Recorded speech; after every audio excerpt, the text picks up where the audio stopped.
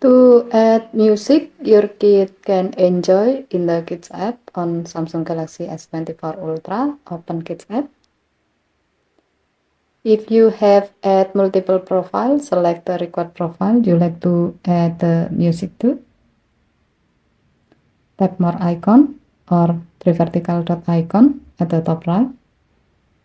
And then tap parental controls. Enter your current screen lock or you can use your biometric. Scroll down the screen. Under Allow Content section, tap Music. Tap the plus icon at the top right. Next, select the desired music you like to add to the Kids app.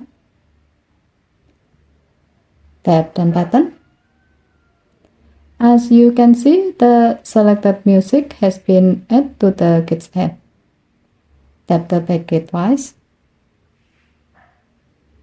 Now your kid can enjoy the music you add through Music Fan app while they are using your phone in the Kids mode. Okay, thank you for watching.